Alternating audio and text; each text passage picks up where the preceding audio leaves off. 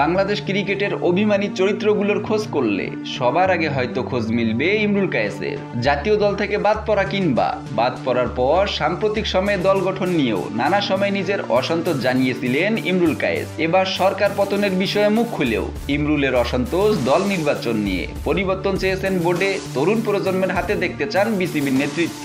টানা 4 বার নির্বাচনে জেতা সদ্য সাবেক প্রধানমন্ত্রী শেখ হাসিনা দেশের আপামর জনতার রোষানলের মুখে পদত্যাগ করে দেশ ছেড়েছেন।